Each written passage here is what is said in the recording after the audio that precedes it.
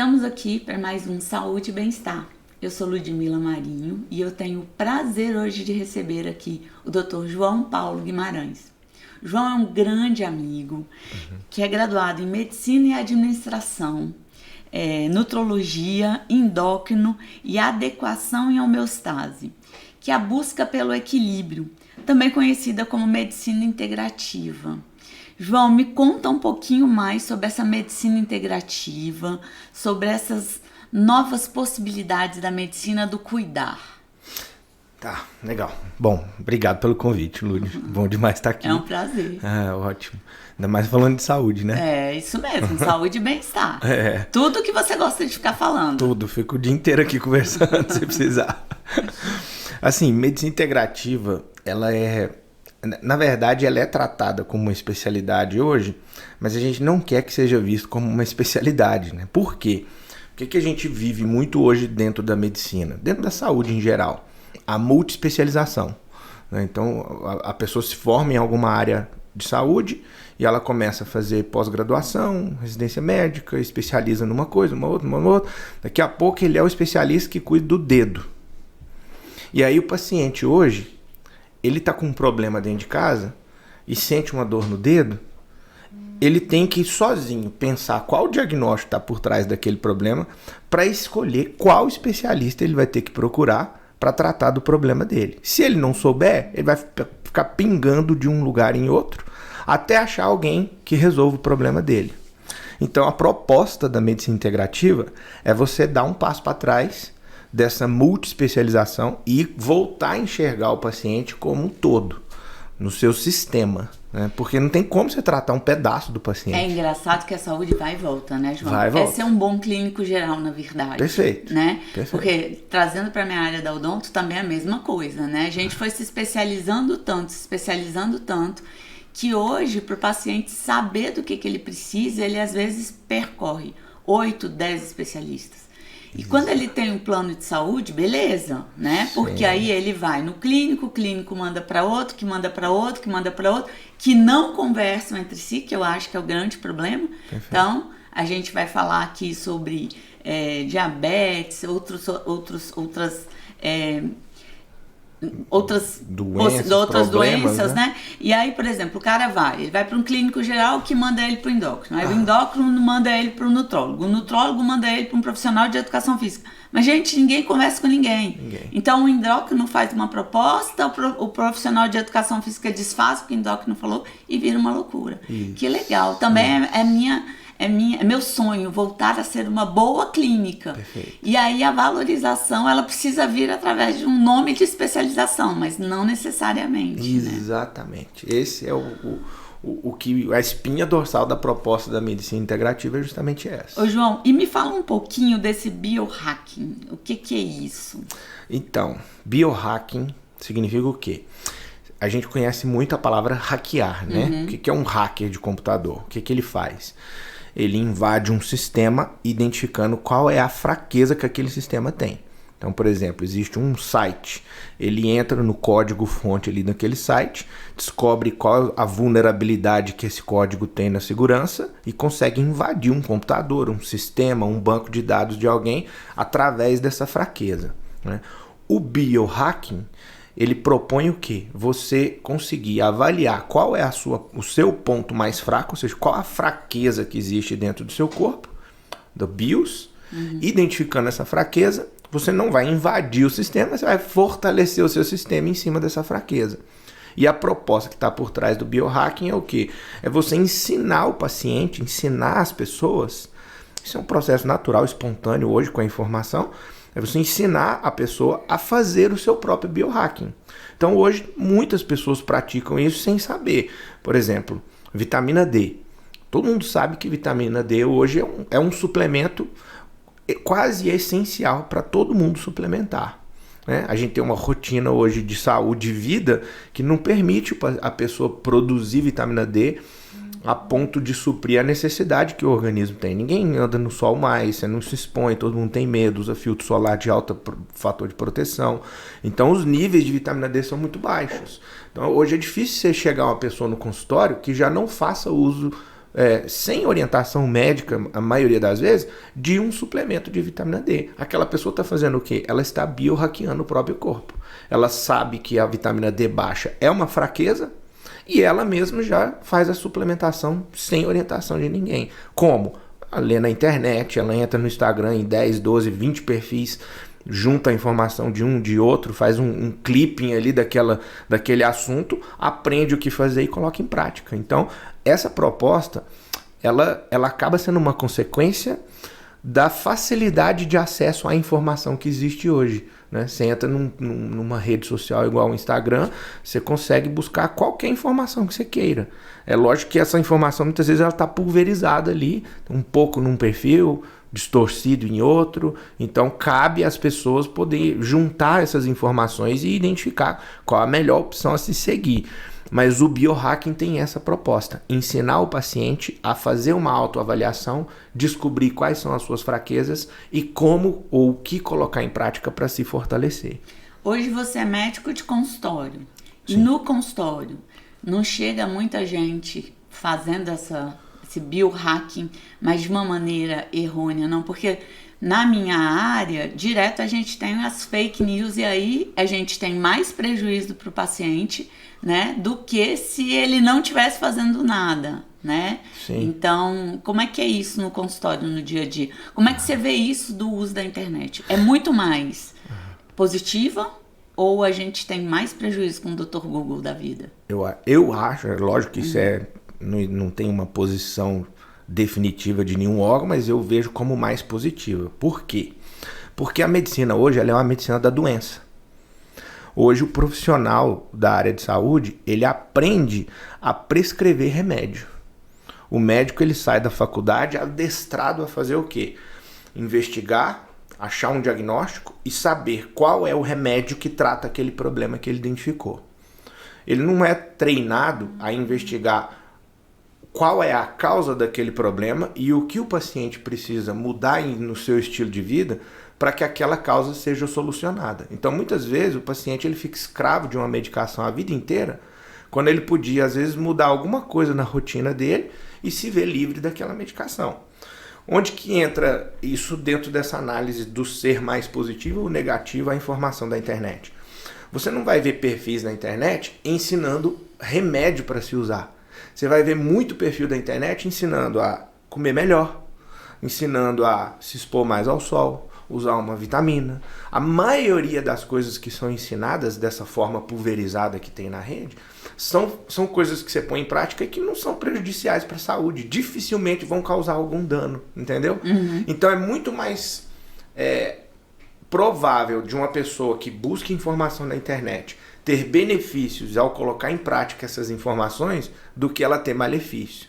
É mais provável ela ter malefício não buscando informação e ficando refém de uma medicina que é escrava da medicação alopática, do que buscar informações na internet e aprender coisas, às vezes, naturais ou mudança de estilo de vida que vai só trazer benefício para ela. Então, no caso, o grande prejuízo na medicina seria a automedicação, com remédios alopáticos. Sem dúvida. Né? Então, assim, o comer melhor, no máximo que vai trazer, sei lá, uma falta de alguma coisa, mas né, a gente nem sabe. Perfeito. Né? Então, e quem já não come mal hoje?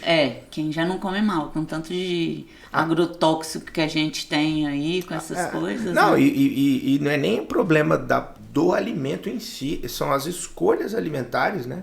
A base da nossa pirâmide alimentar hoje são carboidratos refinados, é ultraprocessado. Por isso que nós vivemos no mundo da diabetes. Uhum. Quantas pessoas não morrem hoje por causa de uma diabetes? Que é uma doença nutricional, podia ser evitada pela boca.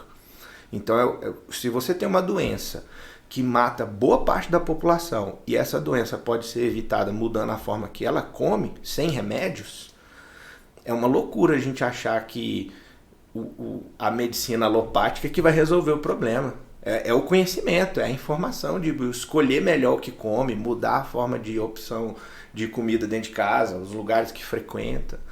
Então, Eu acredito muito que a informação ela pode trazer muito mais benefício do que E dá muito trabalho escolher onde comer ou como comer, né, João? Dá muito Se a trabalho. gente falar assim, por exemplo, agora a gente está início de fevereiro, voltando às aulas, você tem uma criança pequena, eu trabalho com odontopediatria. Por exemplo, quando a gente fala na escolha das lancheiras, cara, é um desespero, né? Porque o que a gente tem para colocar nessas lancheiras hoje que as mães acabam colocando é só o açúcar, o carboidrato refinado, porque a fruta dá trabalho, gente, a água dá trabalho.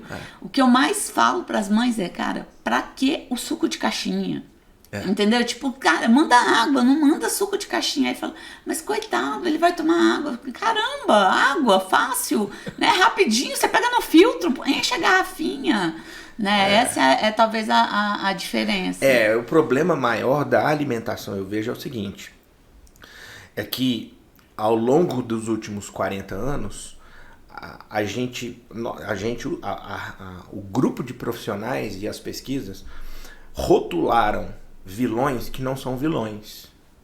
Então isso acaba que gerou uma discrepância muito grande de escolhas, né? Hoje as pessoas têm muito medo de fazer algumas coisas que não matam ninguém, que não tem problema nenhum na saúde. Eu vou te dar um exemplo. A gente falou aí do carboidrato refinado. Eu recebo muita pergunta nas redes sociais mesmo, perguntando assim, mas se eu for fazer uma alimentação mais low carb, eu não corro risco, por exemplo, de danificar o meu rim, porque eu estou comendo muita proteína? Eu sempre respondo fazendo uma pergunta para essa pessoa. Eu falo assim, faz uma coisa, vai numa clínica de hemodiálise, uma hora que ela estiver bem cheia, e pergunta ali para 40 pacientes que estão fazendo hemodiálise porque o rim deixou de funcionar, qual foi o motivo que levou ele até aquela cadeira. Você vai ver que 90% foi diabetes. E a diabetes é um problema de quem fez low carb? Não, é um problema de uma pessoa que passou a vida inteira comendo pão, bolo, massa, açúcar, doce. A base da comida dela a vida inteira foi processado, foi carboidrato. E aí o corpo não conseguiu lidar com isso, faliu o pâncreas e o excesso de açúcar entupiu o rim e deixou de funcionar. E agora ela é refém de uma hemodiálise. E aí você pergunta assim, quantos aqui estão fazendo hemodiálise porque fizeram low carb e comeram muita proteína? A maioria não vai nem saber o que é isso. Ou seja, a gente tem medo de um problema que não existe. Porque a gente pintou esse problema, construiu-se essa visão. Porque vende fácil o carboidrato, os sucrilhos vendem fácil. Né? É barato, né? É barato, fatura muito. A indústria do alimento, ela tem um lobby em cima do conhecimento que é muito grande. Você vai num congresso médico hoje de nutrologia, o patrocinador é a Coca-Cola. Caramba. Qual o sentido disso? João, você é muito, muito, muito ativo nas redes sociais. Eu te acompanho, já tem algum tempo, a gente de vez em quando troca até umas figurinhas nas redes sociais. Sim. Depois a gente vai disponibilizar seus contatos aqui embaixo para poder falar para as pessoas te seguirem no Instagram, para poder saber como é que te acessa, né? E vamos falar um pouquinho do jejum intermitente. A gente estava conversando antes de começar, né, que existem estratégias que a gente pode fazer para poder facilitar ainda mais a vida dessas pessoas. Perfeito. Me fala um pouquinho disso, porque hoje é moda. Jejum intermitente passou a ser a dieta da moda, a dieta do jejum intermitente. Perfeito. Então, olha só. Quando a gente ouve isso no tópico de notícia da rede social, né, o jejum é a dieta da moda. Só de ouvir isso na internet, você já vê que as pessoas não estão entendendo do que se está falando. Porque jejum é uma prática milenar, não é uma coisa que começou de 10 anos para cá. Você pega, por exemplo, dentro das religiões, independente da crença que a pessoa tenha, o jejum faz parte do conhecimento, do amadurecimento espiritual, de uma forma de exercer mais domínio próprio, né? Então, assim, praticar jejum não é uma coisa que começou de agora, só que é tão fora do conhecimento contemporâneo, que surgiu aí da década de 60 para cá, que essa geração atual que está na rede social não costumou ouvir falar de jejum. Não sabe, porque uma grande quantidade de pessoas que não tem crença, uma grande quantidade de pessoas que não faz ideia do que seja um jejum, e aí quando você fala de jejum intermitente, ela pensa que aquilo ali é uma proposta que surgiu agora para tratar um problema que apareceu nos últimos 40 anos. Não, praticar jejum existe muito antes do pão surgir, muito antes do sucrilho surgir na mesa nossa do café da manhã, né? E o que é a proposta do jejum? A proposta do jejum intermitente é você passar mais tempo sem comer do que comendo. Esse é o princípio do jejum. E faz todo sentido. Se a gente for avaliar o processo de envelhecimento do nosso corpo, o sistema digestório é o sistema que envelhece primeiro. A gente não envelhece igualmente o corpo, né? Se você pegar um trabalhador que fica o dia inteiro exposto ao sol, trabalhando debaixo do sol quente, ele envelhece a pele muito mais rápido do que uma pessoa que trabalha dentro de um escritório. Por quê? Porque a exposição ao sol em grande quantidade vai envelhecer mais rápido, trazer ruga, a pele fica mais oxidada mais rápido e tudo. O sistema digestório é o sistema do corpo que mais sofre e trabalha ao longo da vida. Você começa a comer a partir dos 6 meses de idade, quando a mãe consegue esperar os 6 primeiros meses, e daquele dia em diante, você passa a vida inteira comendo muito o dia inteiro. A pessoa acorda 7 horas da manhã, já faz a primeira refeição e vai dormir às meia-noite e comeu meia hora antes. E passou o dia inteiro comendo de 2 em 2, de 3 em 3 horas, segundo a proposta da nutrição atual. Então, a gente fica muito mais tempo fazendo o sistema digestório trabalhar do que descansar. E a lógica do nosso corpo é, você tem que descansar mais para render mais. Então, o sistema digestório entra dentro dessa proposta. Se você faz um tempo maior sem comer do que um tempo maior comendo, você naturalmente vai ter mais saúde. Independente do que você coma, independente de que hora acontece isso. Então, a proposta do jejum qual é? É você parar de comer mais cedo no dia e começar a comer mais tarde no dia seguinte. Se o dia tem 24 horas, dividindo no meio são 12 horas, então se você fica 12 horas e 1 minuto em jejum, você está ficando mais tempo em jejum do que comendo. Você já deu um primeiro passo. Essa é a proposta. Quanto maior essa janela sem comer, que é a janela de jejum, mais saúde você vai ter. Todas as populações longevas da Terra praticam o jejum intuitivamente. Comem menos e ficam mais tempo sem comer. Ou seja, existe muita pista, tanto no ambiente científico quanto não, de que ficar mais tempo sem comer é mais saudável para o corpo. Então não faz sentido assim o bombardeio em cima do jejum intermitente, né? As pessoas falam assim, mas eu vou... E se me der um problema, eu morrer, eu desmaiar, eu sentir fome a ponto de passar mal e tal? A proposta qual é? Faz uma coisa simples. Fica com uma fruta na mão, uma banana que seja, uma pera, uma maçã, e vai fazer o jejum. Você viu que vai morrer, vai desmaiar, vai passar mal, dá uma mordida. Acabou o jejum, pronto. Passou o problema.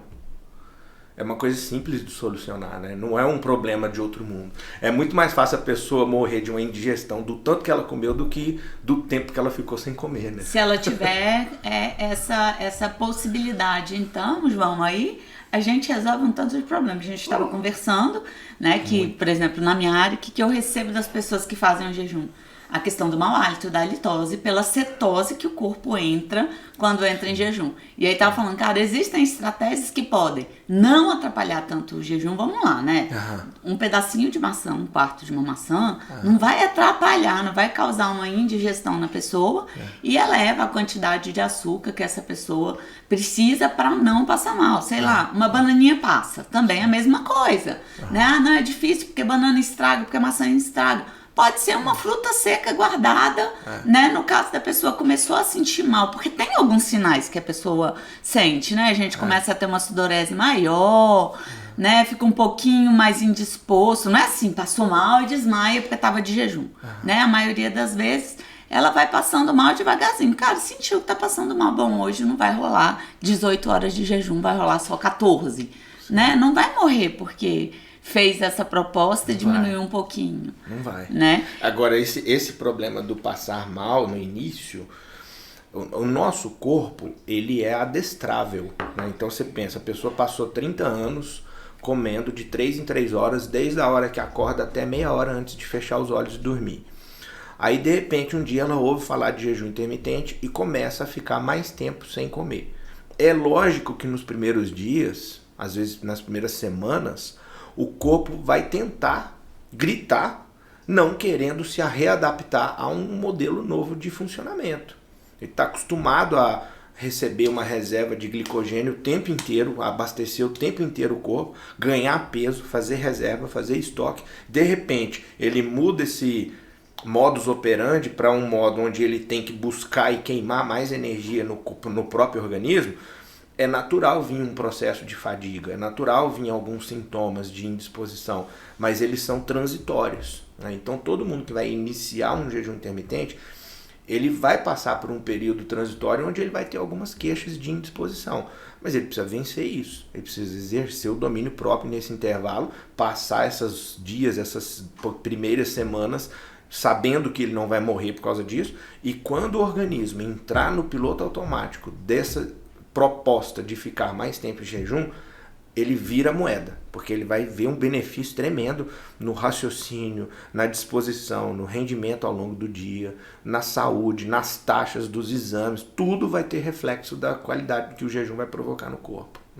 Ô João, e falando um pouquinho de quando a gente sai do jejum, que a gente passa a comer, e aí você tem uma proposta de uma dieta low carb, né? Quer dizer, o organismo vai receber comida, mas ele não vai receber a comida facinho para ele transformar em açúcar. Ele vai receber uma comida que é uma comida mais nutricional, mais proteica, mas que não vai dar para ele o resultado de que comer um pãozinho branco daria. Sim. Né? Se ele come um pão branco, açúcar para todo lado. Sim. Né? Mas se ele come, sei lá, um queijo, vai demorar um pouquinho aquilo a processar para chegar para ele. Né? O organismo também reclama desse tipo de estratégia. Por que reclama? Exatamente pelo mesmo motivo, né? Se a gente for pensar nas duas fontes de energia que a gente tem, que são os açúcares e as gorduras, o açúcar, ele não é um alimento essencial. Na prática médica, o que é um alimento essencial? É um alimento que, se você não ingerir, o seu corpo não consegue produzir, você vai entrar em deficiência. Os carboidratos não são essenciais. Isso é uma definição dentro da bioquímica. Ou seja, não é a proposta do jejum e nem da low carb, mas imagine uma pessoa que consiga ficar zero carboidrato na dieta. Ela vive à base de carne. A dieta 100% carnívora, não come mais nada além disso. Ela vai ter problemas por não estar ingerindo carboidratos? Não. Porque o corpo produz os próprios carboidratos necessários. É só uma questão de adaptação. Já as gorduras não.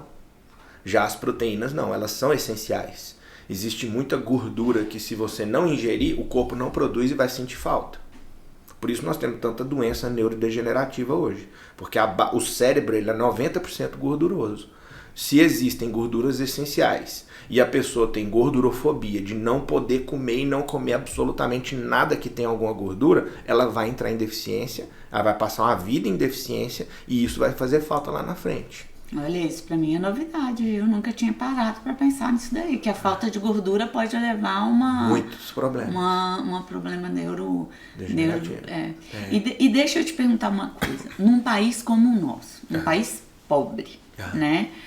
Porque a gente já não é mais um país de média renda, a gente está com grande parte da população em baixa renda. O que a gente pode dar de dica para as pessoas, que pode ser fácil para elas, para poder adequar, por exemplo, uma vida mais low carb? Porque a gente está falando, a Coca-Cola custa R$5, 2 litros. Né? Os sucrilhos custa R$6 uma caixinha, né? O pão é muito barato, né? E aí, o que a gente pode fazer essa troca para as pessoas, para a gente dar de dica para elas? Tá. Né? Porque a carne hoje é muito cara. Perfeito, vamos lá. Eu vou te dar duas respostas que vai explicar isso. A primeira, você que está acompanhando o podcast, quando você desligar, você digita no Google assim, valor do pão francês. Você vai ver que vai ficar ali perto de uns 80 centavos, R$1. E quanto custa um ovo? 25 centavos. A energia que a gordura acumula é quase 3 vezes maior que o carboidrato acumula. Então a pessoa que acorda e come um pão, daqui 1h30 ela está com fome e sem energia. Uma pessoa que acorda e come um ovo cozido, daqui 4 horas ela está precisando de energia. E ela paga 1/4 do valor que ela pagaria no valor de um pão. Então existe um paradigma que não é o real, de achar que tudo que existe dentro da proposta low carb é mais caro do que o que não é. E na verdade é o contrário. Sabe por quê, Lud? Você pensa comigo, o que move a sociedade? O dinheiro. O que move a indústria, seja de qual área for, a investir em marketing e botar o seu capital? Ganhar mais dinheiro.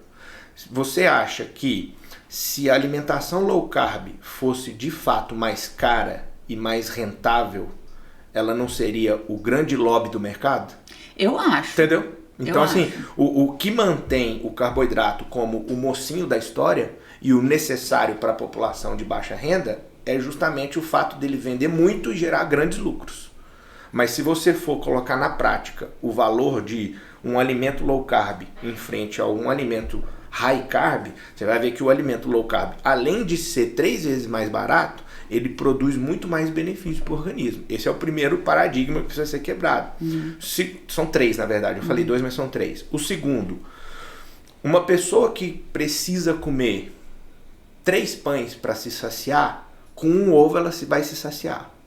Então é natural, quando você começa a adaptar a sua forma de se alimentar de um modelo de alto carboidrato para um modelo de baixo carboidrato, você intuitivamente você começa a comer menos. Você não consegue comer o mesmo tanto que você comeria de picanha e macarrão. Macarrão você faz um prato desse tamanho. Picanha você põe 2 pedaços de 200 gramas e você já está satisfeito. É muito menos volume e peso do que a proposta do carboidrato. Então, todo mundo que começa uma alimentação mais low carb, no começo ela vai errar nessa medida, vai comer além da conta, mas ela vai naturalmente no dia a dia ver que ela vai passar a comer menos volume de comida. E com menos volume, ela pode às vezes até pagar mais caro no preço unitário de um produto, mas ela vai comer menos. Então, no final das contas, isso acaba se equilibrando, entendeu? Que os restaurantes self-service não nos ouçam, né? Porque já pensou? Para eles é prejuízo total, porque o peso da batata vai ser o mesmo preço da carne, e aí vão começar a ter que colocar diferente, né? O preço da carne para o preço da batata. Agora, quando as pessoas aprenderem a comer desse jeito. Você acabou de dar um exemplo que denuncia o problema, né? Você chega numa área de restaurantes, tem muito mais restaurante self-service ou à la carte? Self-service. Por quê? Porque vende no quilo. Carboidrato ocupa muito espaço, é mais pesado, vai dar mais lucro.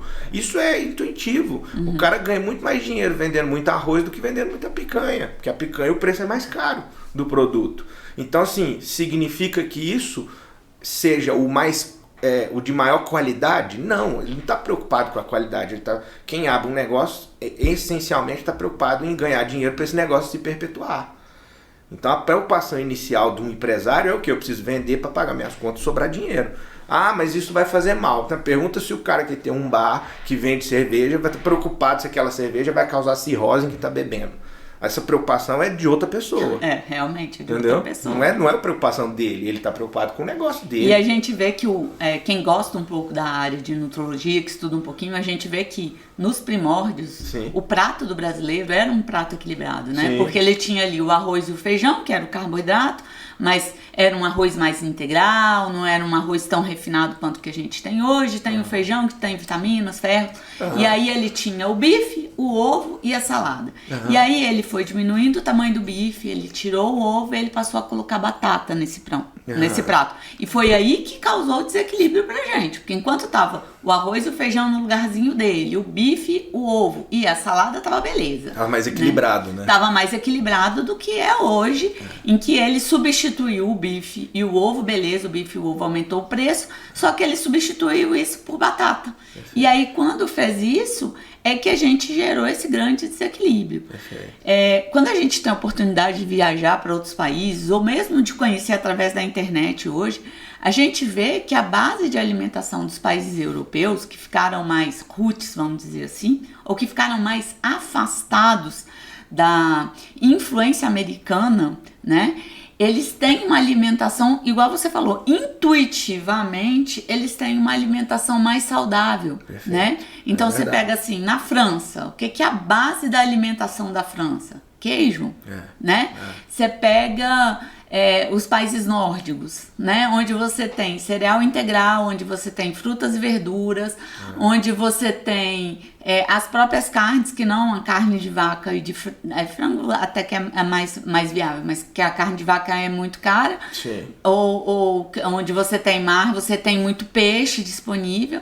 Sim. E eles ficaram mais saudáveis do que a gente americano que adotou essa dieta baseada dos produtos 3 em 3 horas. Industrializados e ainda de 3 em 3 horas. Né? Exatamente. É intuitivo, né? A saúde, ela é intuitiva, né? Isso é físico, né? A busca pela... o excesso de processado e de organização é uma forma de vender mais, mas que caminha no sentido contrário da espontaneidade, né? O corpo, ele espontaneamente busca saúde. A gente precisa só parar de remar contra isso, né? Quebrar alguns paradigmas, né? E existe, por exemplo, uma discussão muito grande que fala assim, mas hoje a população do mundo é de 7 bilhões de pessoas. Se todo mundo resolver comer ovo e carne, não vai ter comida para todo mundo. Isso é questionável, né? É 100% questionável, porque entra dentro desse princípio do quanto comer. Ninguém vai comer a mesma quantidade de ovos que ele comeria de pães. Ele não dá conta. Ele pode até tentar nos primeiros dias, quando ele começa a mudar, porque fica com medo de sentir fome, mas ele vai ver que fica indigesta a comida se ele exagerar. Então ele vai começar a comer menos. João, e quando a gente fala de emagrecimento, o que você tem recebido mais no consultório? Mulheres, homens, crianças, para poder fazer essa proposta de emagrecimento.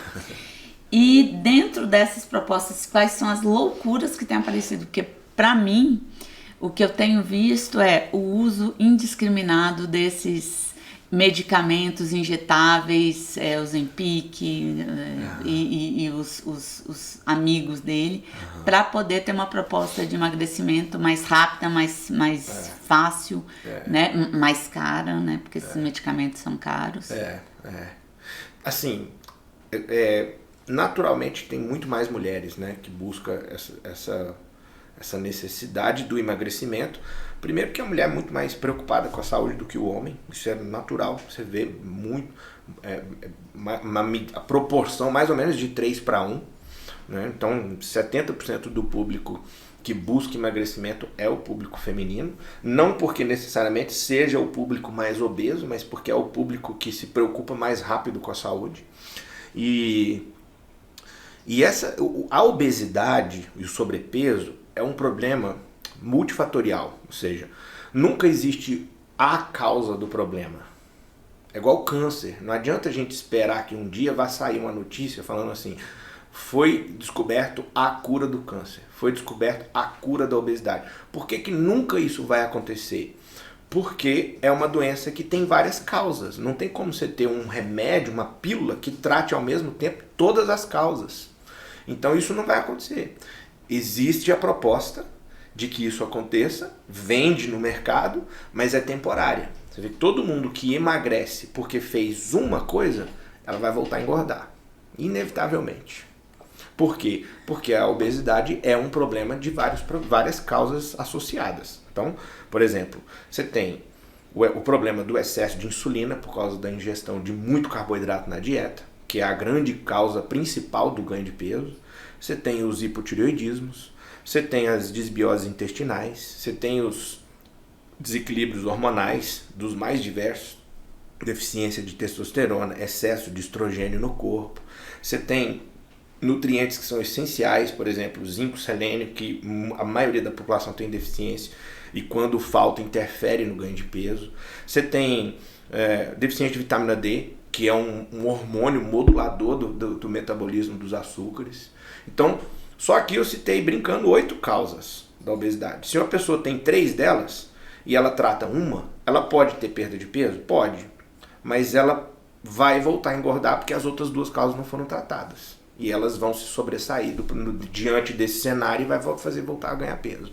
Então eu vejo a obesidade e o emagrecimento dessa obesidade sendo tratado de forma integrativa, sistêmica. Você tem que dar um passo para trás, identificar o máximo de causas possíveis que estão corroborando para a pessoa ganhar peso e tratá-las simultaneamente. E aí nessa abordagem, existe um ditado que fala assim, se você só tem um martelo, todo problema você acha que é prego. Entendeu? Então se eu só sei tratar a obesidade com Ozempic, todo mundo que senta na minha frente eu vou falar, é Ozempic. Tem médico que manda ele fazer receituário pronto, escrita a receita do Ozempic, porque ele só vai passar isso. Se o cara chegar e falar que tá com dor de cabeça, ele vai passar o Ozempic. Se ele falar que vai emagrecer, ele vai passar o Ozempic. Então, se você só tem aquela ferramenta, para que ficar 12 anos estudando? Não faz sentido. Então, a proposta da obesidade qual é? É você olhar e falar, peraí, o Ozempic pode ser uma ferramenta? Pode. Um paciente que tem uma compulsão, um problema psicológico de comida, a comida é um refúgio do problema emocional que ele tem, come descontroladamente, ele precisa de botar um freio, uma rédea na boca para não sentir fome, pelo menos no início do processo, pode ajudar, é uma ferramenta, entendeu? Então eu acho que assim, eu, por exemplo, eu amo ferramentas, sabe? Eu sou viciado em ferramentas. Então em casa eu tenho martelo, máquina de solda, serrote, chave de fenda de boca, tudo que eu posso ter de ferramenta eu tenho. Na minha garagem eu tenho um mundo de ferramentas. Por quê? Porque o cara que gosta de ferramenta, ele pensa assim, cara, se tiver um problema ali em casa, qualquer coisa que acontecer, eu tenho a ferramenta certa para tratar aquele problema. Se queimar uma luz, se quebrar um lustre, se soltar um piso, se uma porta soltar, eu vou lá, pego a ferramenta certa e trato aquele problema, resolvo o problema. Na medicina, a regra eu acho que tem que ser a mesma. Eu tenho que ter todos os recursos necessários que possa existir no mercado, eu tenho em mãos. Quando o paciente senta na mesa, eu vou avaliar, conversar, estudar o caso dele e eu vou avaliando os problemas. Para esse problema eu vou usar essa ferramenta, esse daqui eu vou usar essa aqui, esse aqui, assim. Pego todas as ferramentas e põe em prática. Eu acho que isso é o que mais gera resultado duradouro, entendeu? E lógico, o emocional ele está por trás de quase todos os problemas de saúde hoje. Dificilmente traz saúde para um paciente se ele não tiver controle emocional. O que é o controle emocional?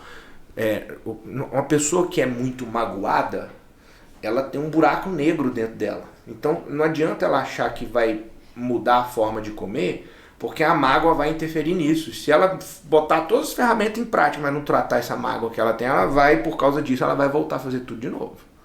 Então a ferramenta terapia, eu acho ela fundamental em praticamente todas as abordagens. Não tem um problema de saúde que eu não vá recomendar em algum momento aquele paciente a buscar apoio terapêutico. A solução para o problema e não a solução imediata com o medicamento. Perfeito, né? Perfeito. João, a proposta do nosso podcast é da gente ter episódios de 30 minutos, porque a ideia é que a pessoa vá indo para casa ouvindo o podcast, mas já a conversa tá tão boa que eu acho que a gente vai render 2 episódios fácil aqui, porque a gente ainda tem muito que conversar. Uma das coisas que eu acho que a gente tem que abordar aqui e que eu falo que na minha área não existe, na odontologia não existe, é da saúde da mulher, né? A saúde da mulher é uma saúde diferente do que da saúde do homem. Eu falo assim, e aí você me corrige se eu estiver errado.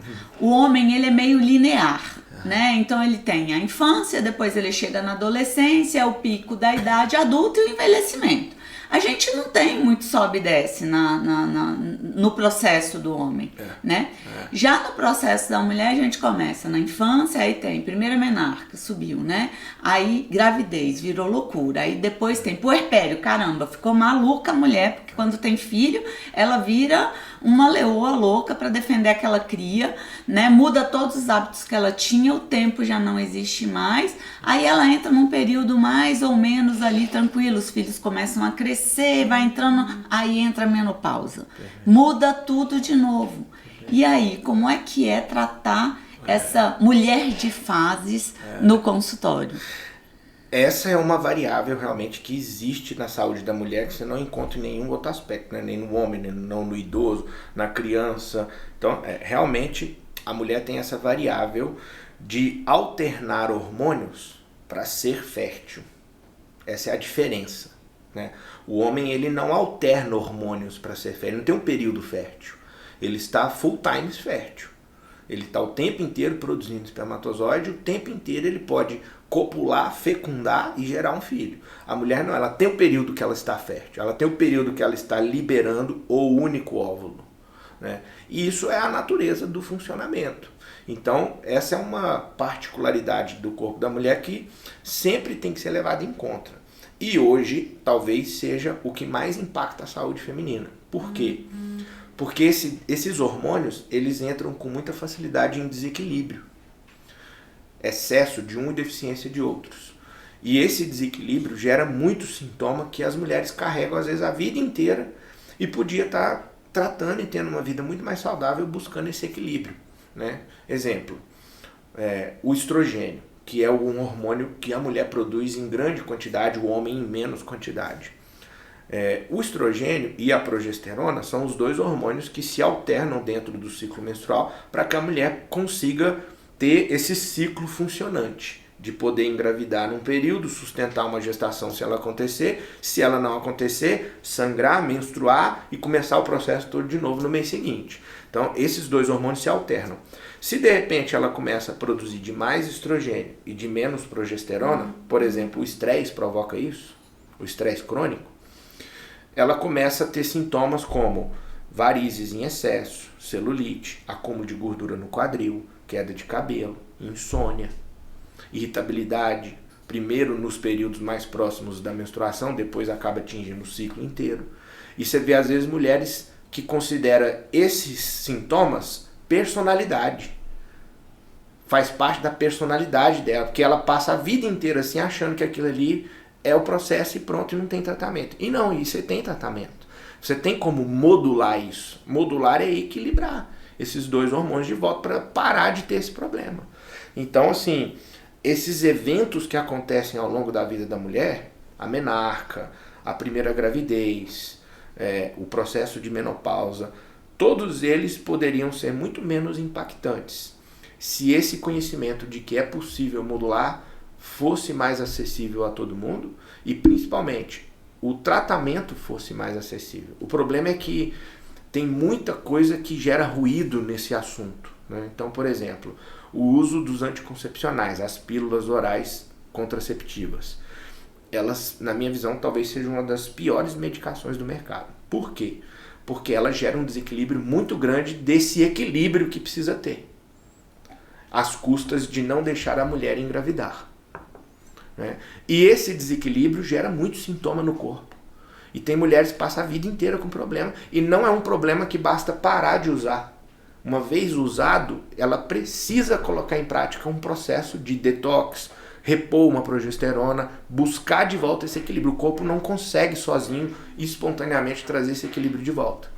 Quantas mulheres hoje, de cada 10, já não tomaram anticoncepcional em algum momento na vida? Entendeu? E trazer esse equilíbrio em todos os aspectos. Quando a gente estava falando sobre medicação para emagrecimento, que é uma das medicações hoje, que é uma medicação que foi desenvolvida para controle do diabetes, e a gente usa para emagrecer, aí beleza, eu usei, emagreci e perdi os quilos. E depois para colocar esse corpo de novo em equilíbrio. Porque geralmente a pessoa emagrece e abandona o médico, né? Exatamente. Que é a base da sua formação, que é essa homeostase, né? Esse equilíbrio. A busca da homeostase, do equilíbrio. Esse equilíbrio de tudo que a gente estava falando. E pra gente falar um pouquinho de bem-estar, sono, dormir, o que você tem para falar a respeito disso daí? Isso aí, na verdade, tinha que ter sido nosso primeiro tópico, se for pensar, né? Pela lógica da saúde. Porque o ciclo circadiano, que é acordar e dormir, é o primeiro passo da saúde. É o primeiro degrau.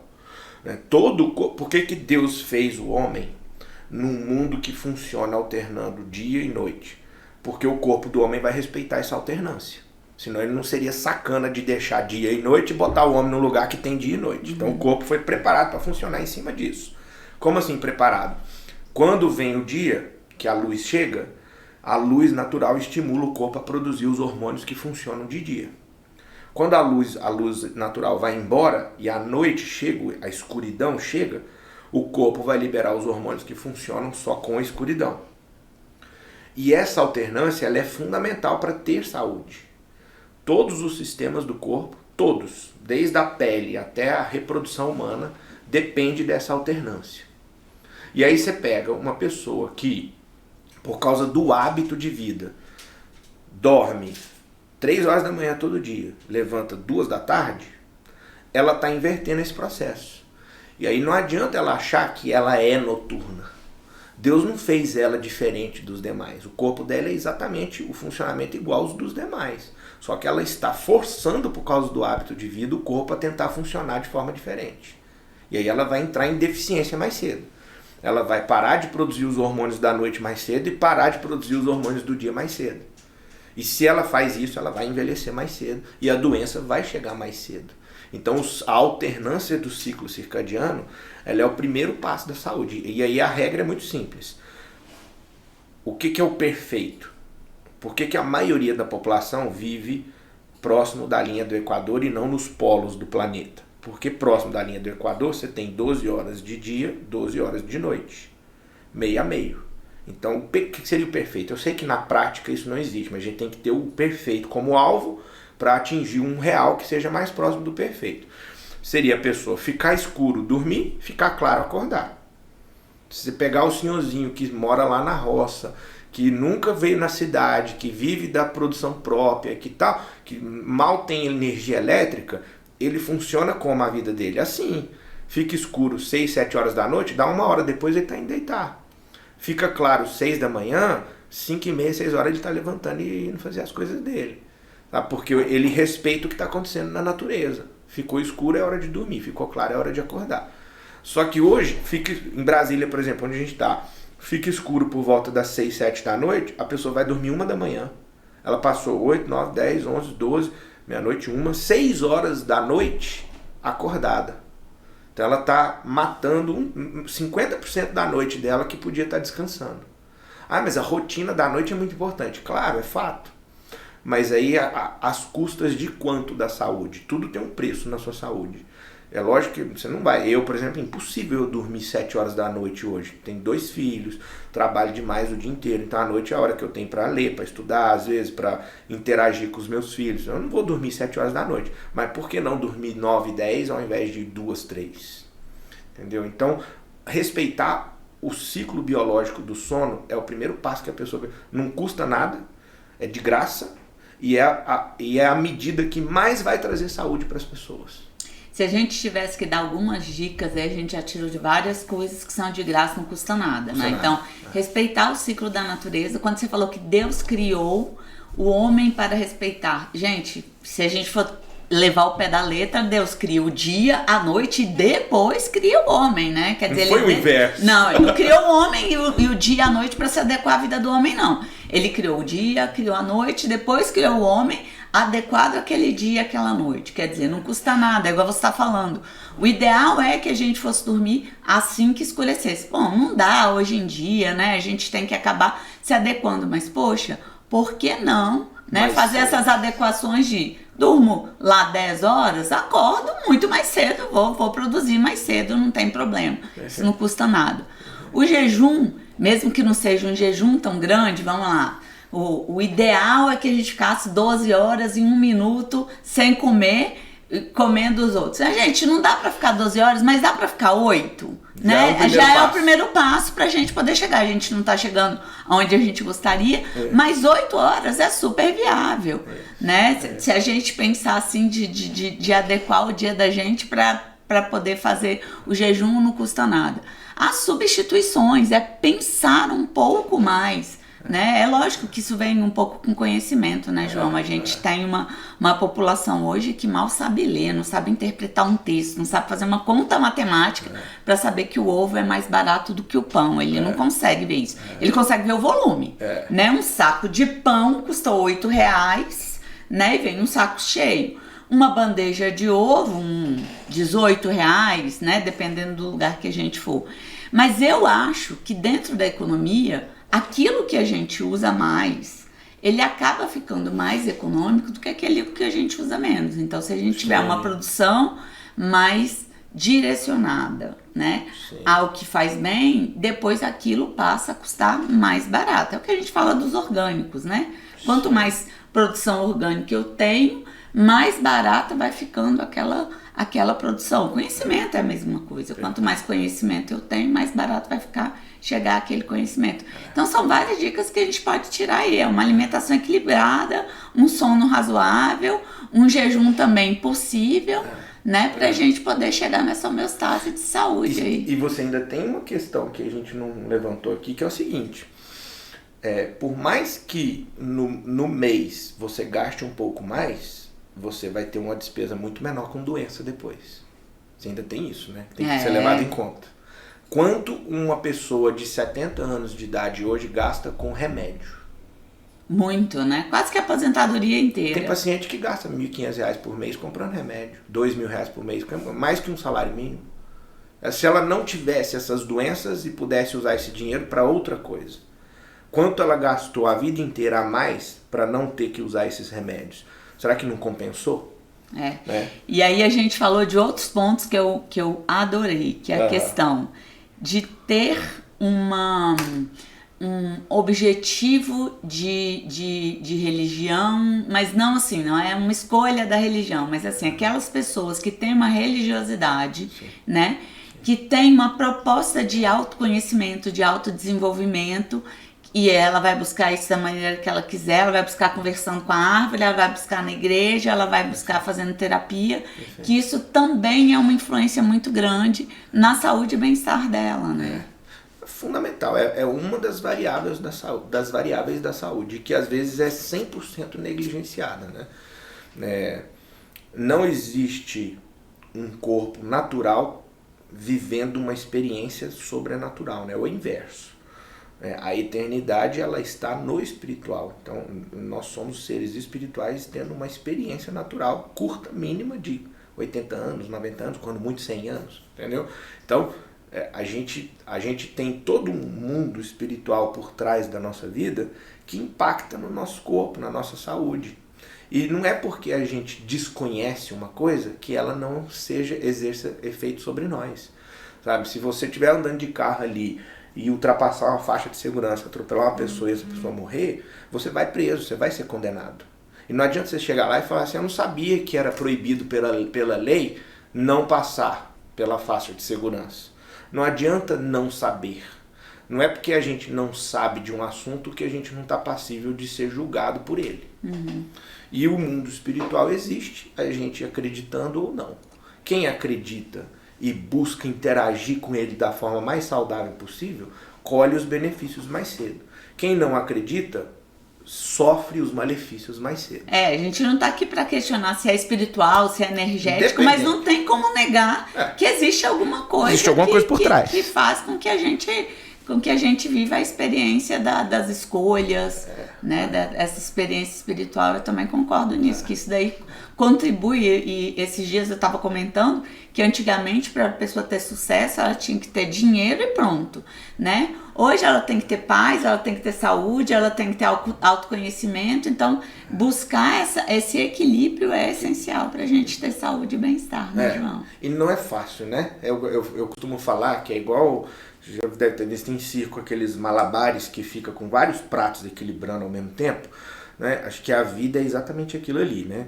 Cada prato é uma face da nossa saúde, da nossa vida. É a face espiritual, é a face física, é a sua rotina, é a sua vida familiar, é a sua vida profissional, é a sua vida financeira.